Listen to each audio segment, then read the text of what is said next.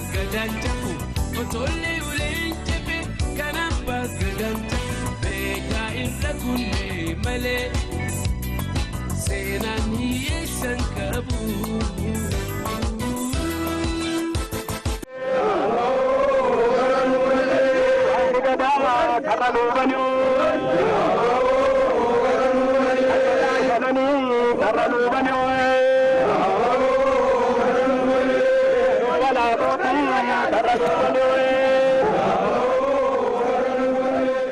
Macha Oromo administered itself for many years, organizing under Oda Bisil administration and the political center.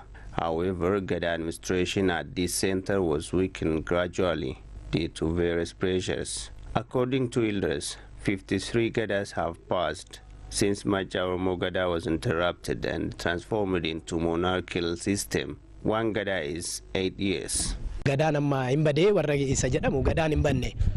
Mana hangafaarraa ilmaan liiban Macaa ijoollee sadii qaba liibanii ammayyaa liibanii walisoo liibanii kuttaa'ee liibanii iddoo kana ilmaan liiban biraa hin banne Gadaan hojjetaatuma jira jechaadha. Sirna amma Gadaa roobaleeyyuu barri baranaa Gadaa roobaleeti jedhamee Gadaan roobaleeyyuu bakka Gadaan ciccitaa ture keessatti kan akka Wallaggaa Lixaa, kan akka Wallagga Ba'aa, kan akka Qellee Wallaggaa Dambidolloo, kan akka Jimmaa biyyooti akkanaa keessa Gadaan ciccitaa ture. We can't say Gadaa system has been lost.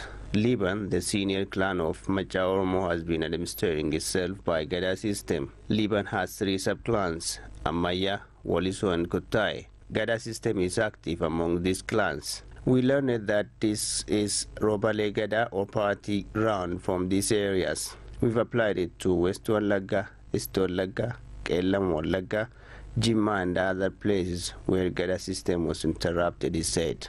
Even though Gadaa system is active among some Macha Oromo clans, it is centuries since Macha Oromo Gadaa interrupted from Oda Bisil, the Macha Oromo Gadaa administration and political center. Due to this long year interruption, even the place of Oda Bisil ceremonial ground was being forgotten. It has been found after intensive study, according to the elders. Nutile do brade ministre kan barbada turre ela do fago nakira do kasiti kan jiru bokan sire do kana jira hayu sire jira madon sa bokudo tolun makanada bokan sire do kanada horri bisil sakada odan bisil sakada odani horri bisil sakada jedame nutti nama ergadi jarsi jiru amayu luburan nama guddada nama umuri sai nama wagga ba oli taani da amayu jiru luburan jiru iddo kana da wan jedadi wan nama nutti ergadi nu dagde akka kana dufne na dufnu bakka kana odan kun inni guddan inni haati sun hudduudhaan galagalet odan kun immoo jalaan biqilet as ol jira. We were looking for Oda Bisil in other places. However, one elder told us that Bokasire, which is called Hayusire, the hill over there, Horabisil and Oda Bisil is here. That elder is alive. Today he is more than 100 years old. When we come here, most part of the Oda was being fallen down. This one was smaller. This was in September 2007. Then we organized a team of local elders to deeply study and clarify history of this Oda. On June 2008, we have found about Gadaa Takaledinsa. He has deep knowledge about Gadaa system. We shouldered him the responsibility to restore Macha Oromo Gadaa system. Taking this responsibility, he has restored Gadaa to 10 zones of Macha Oromo. Now, Robale Gadaa or party is taking Gadaa power for the first time, he said. Odaan Bisil kun edda waggaa kudhaniin alanne waggoota baay'ee ture kunoo irraa jigee daka kana jira. Yaaduu fi wallaalummaa bittinnaa'u tokkummaa dhabuu keenyaan iddoo kana ture araddaa bal'aa amma kanaa too qabu. Egaa mul'ataa fi yookaan immoo dhaamsa abbaa koo irraa qabadheen bal'ina isaa keessan naqnu booda'u seenaadhaan bira geessu Odaa kana akka deebi'uu iddoo kana iddoo ammatti hirkattanii teessan kana buleen warri naannoo kana ragaa ba'u irratti qoranne. Before 10 years, it wasn't known, and almost part of it was broken down due to lack of protection. What made us forget this order was lack of knowledge and unity, as well as our reluctance to nurture and protect our culture. I revealed that this order is Oda Bisil. from the history that my father told me and that I have learned from other elders. It is known to the public 10 years ago, he said. Gadaa has jila, or delegation, or assemblers. The Gadaa assembly doesn't perform ceremonies at any place it has got. The Machaoromo Jila Gadaa or Gadaa assemblers have traveled across Machaoromo settlement areas, teaching the Hera and Sera in Gadaa Renaissance process to restore Gadaa values which were interrupted for centuries in the area. They are restoring culture, custom, value, life philosophy and sacred ceremonial grounds in this Gadaa restoration and renaissance process. Aniddan dhufee guulome yookaan luba ta'e sirna gadaa iddoo gadaan itti hir'atetti kennasaa gadaa maal akka ta'e calqabarraa maal akka hojjetan hunda isaa qindeeffadhee baree barsiisaan jira. Baradhee tan deebi'ee barsiisaa jira jecha. Gadaan gaafa akka liiban maccaat. Since I become Luba, I am learning and teaching Gadaa laws and values. In Machaoromo Gadaa or Makobili law, when somebody comes to Luba or Gadaa office, we call it Margasukate or inserting grass. He inserts a grass under his head cover. It is called the balle. After 8 years, he would start looking after lambs. His name would be Kondala. For example, Purmaji looked after lambs for Robale. Horata performed Margasukachu ceremony. Horata would look after lambs for Birmaji, Michile for Horata, Dulo for Michile, and Robale for Dulo. They perform these duties in order of their seniority. I teach the responsibility and the meaning of Abba Boku, Moti, Eresa, Hadagada, Hadasike, and others, he said. They started Gadaa Renaissance after identifying that Robale Gadaa or party is the next power taker. The Renaissance has been started at Odabisil. It has been decided to campaign in all Ardajilas or ceremonial grounds across Machaoromo land. Godansa Gadaa ceremony is one of the law amendment process. Gadaa assemblers discuss local circumstances and problems when they travel across their territory during Godansa Gadaa. They also elect the person who is competent to lead the nation. According to Abba Gadas, currently Gadaa system has been restored at all Gadaa administration structures. All Machaoromo clans from Oromia and beyond have participated on the Gadaa restoration process. Baddaas dhagnee gammoojjii dhagnee buunees baanee ani waan isinittumuu miti isinuun beektu amma kana lammii koo babbareedaa kan aantee koo walirraa ciccite kan wal dhabe kan tokkummaa dhabe kan ijaarradheera. Macca kanaan booddee duus isiniinan bareeda. Jiraadhu isinumaanan guddadha. Isinin gahe. Odaa keessan kunuunfadhaa.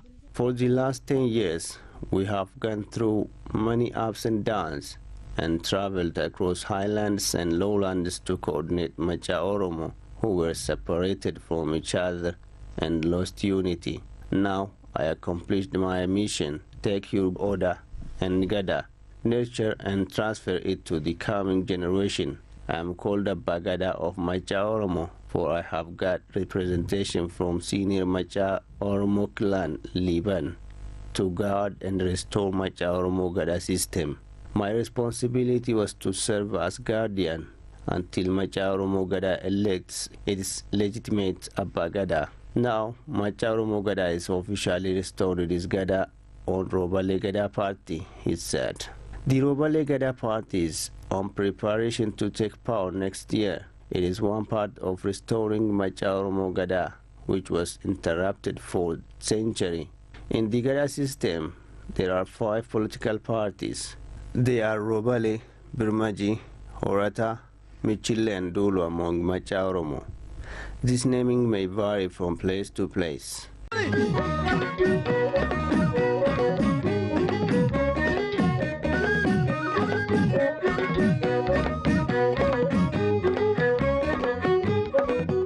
There are are ceremonies and activities that a person who is going to be Abba Gadaa should perform. When a person reaches Gadaa 8th grade Gadaa or Luba, he should perform Buttaqaluu ceremony among Macha Oromo.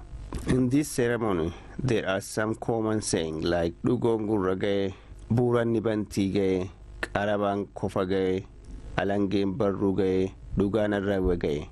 They have special meaning for the community. Dhugoon gurra gayeera jechi namichi sun gurra isaa gaafa huratu maaliif gurri koo uramee laata isa jedhamu waanni kun safuu qaba jechaadha. Safuudha qaba jechaadha. Safuusaa akkuma bukkeessaa kana chochocho'ee wawarraaqu maaliif natti kaa'ame laata kuni gurra kootti gurri koo fayyaadha maafan gurra koo huradhe laata jedhee of hubachuu qaba jechaadha sanumarraa kaasee of hubachuu qaba jechaadha. Buuranni immoo bantii gaye inni jedhamu inni kun buuran asirraa hiikamemma buuranni bantii gaye kan jedhamu immoo innis mataan koo dur kana hin qabu maaliifan kanas gubbaa kaayyadhe laata isa jedhu safuudha hubata jechaadha. Safeeffataa akka deemuuf. Dhugo is a metal material that is put on two ears when a person becomes Luba. It is to remind him that he has special responsibility for which his ears are pierced. He would think about why silver is put on his ears. It is alarm. Burana is a material put on the longer hair in the middle of upper head. It is also an alert that reminds him that he should think twice before acting. Qarabaan kofa gaye is about circumcision. When a person becomes Luba, he should be circumcised as a symbol of cleanness. It is performed during Butta ceremony, and it is a key in the ceremony. Alanga is just a whip. This whip never hits a horse, person, cattle or anything. It serves for law legislation. When we say Alangaan barruu gaye, we are indicating the person is legitimate to legislate and enforce the law. A person with this whip in hand can't hit or hurt anything or anybody.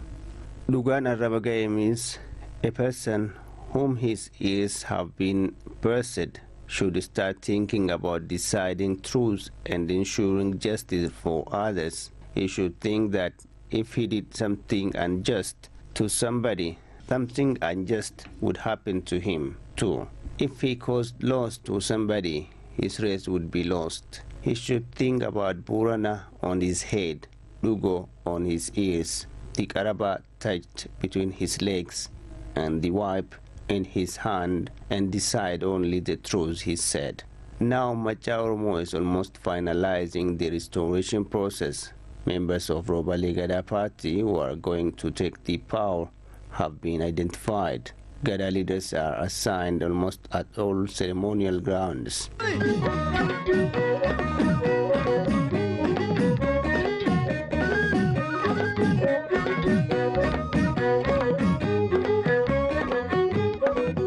Recently, Gadaa cabinets or Sagli Gadaa of Macha Oromo have been assigned at Oda Bisil Administration and Political Center.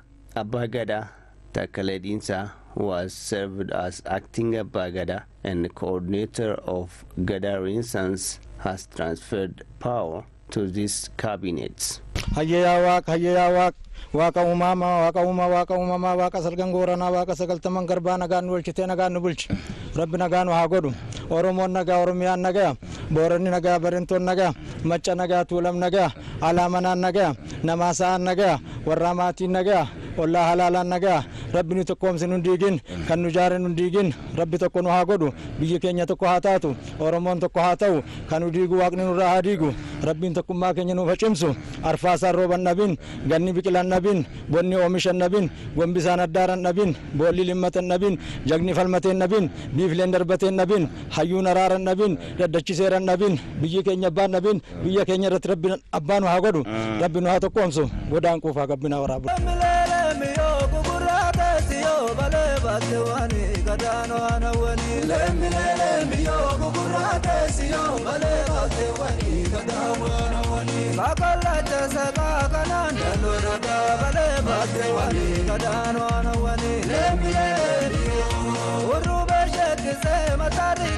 Say,